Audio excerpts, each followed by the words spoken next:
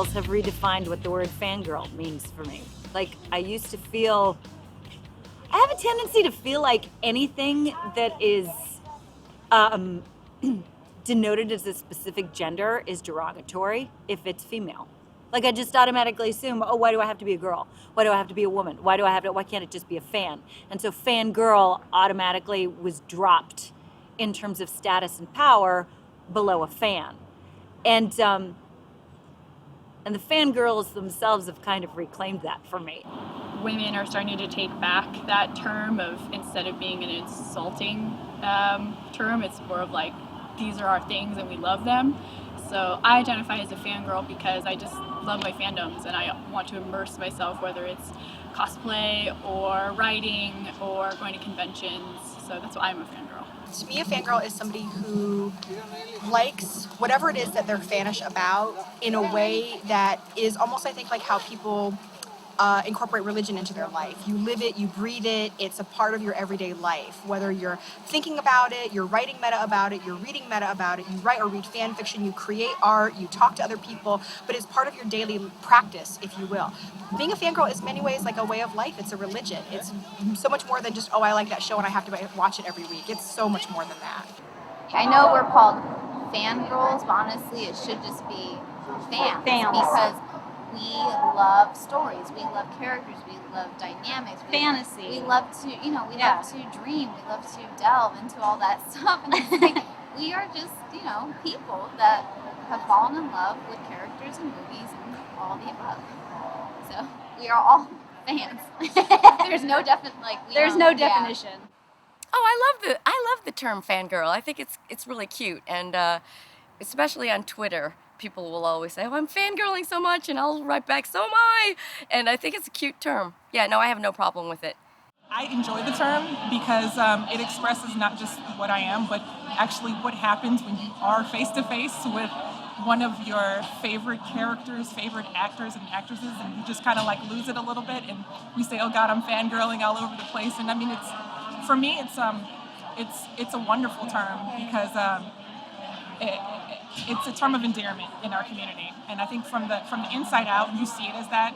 But I can see how some people might kind of look at it differently. But those of us that are in the know, we fangirl, we fanboy, and we love it.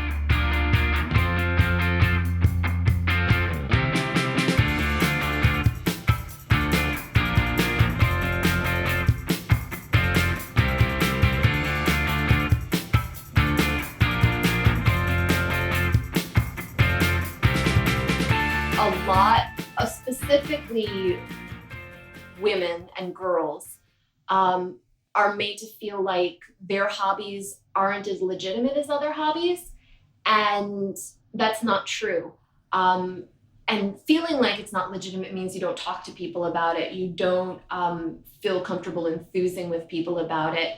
And if you don't do that, then you end up you have a lot fewer avenues for meeting other people who have things in common with you. I found fandom to be, especially fandom amongst women, to be a very inclusive space, which you don't really get anywhere else. Not necessarily in school or in work unless you find that fandom aspect within that zone. When we started writing, which now was 10 years ago, when I sort of fell into fandom in a big way. And the thing that really bothered me was that there was so much shame. There was shaming that was coming from the outside, but there was also all this internalized shame in fandom. And the reason we wrote Fandom at the Crossroads and Fangasm, Supernatural Fangirls, is because we really wanted to challenge that shame, because there are so many wonderful things about this that it really kind of sucked that people were still so ashamed. And over the course of 10 years, which admittedly is a long time, I do think it's changing. And that is a wonderful thing to me, because it really did bother me. I don't think it's gone.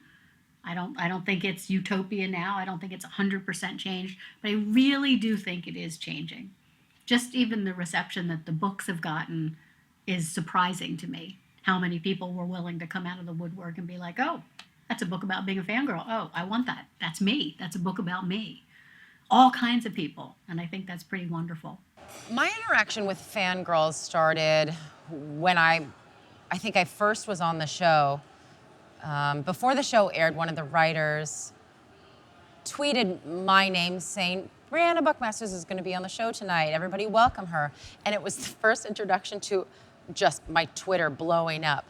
And I thought, oh, this is bizarre. I have 800 followers.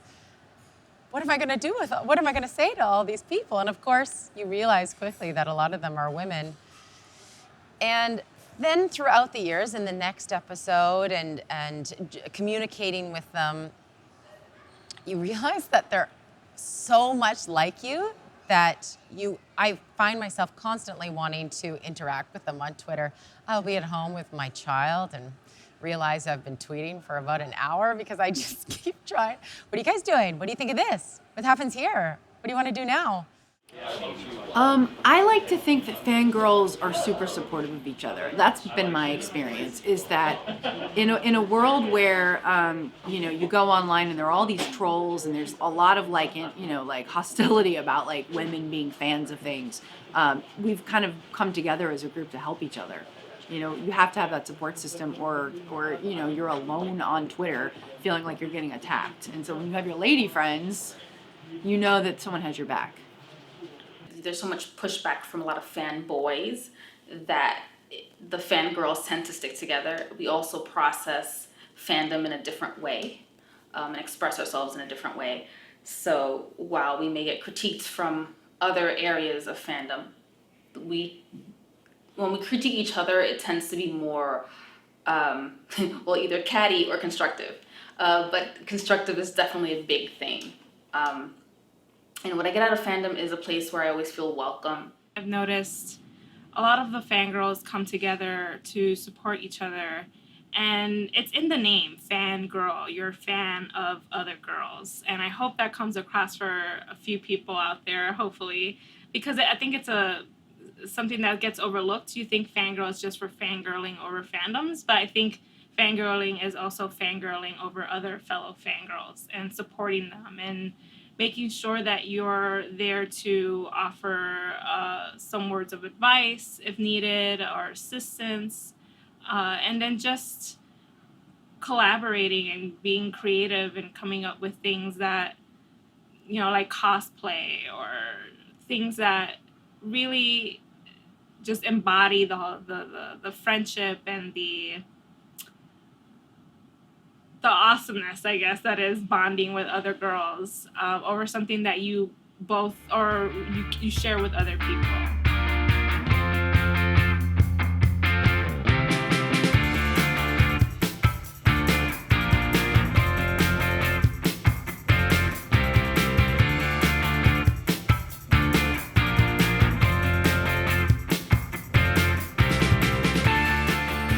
Fandom is about love.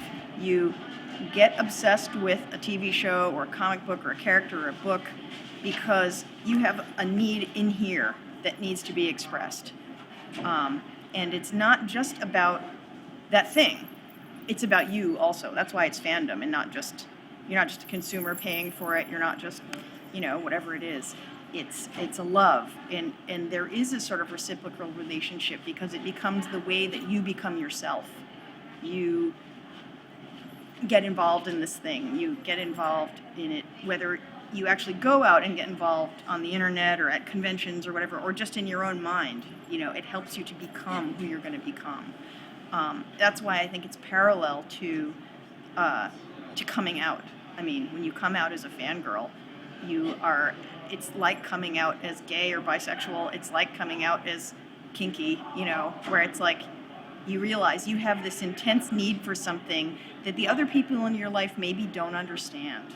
Really, now I go, oh, it has its own power and it has its own permission. I think a fangirl has permission to express more, to feel more, to love more, to hate more, to fight more, to dance more, to drink more than a fan. Like a fan is a very specific cutout. Fangirl gets to explore it and push it and really feel it. I like it.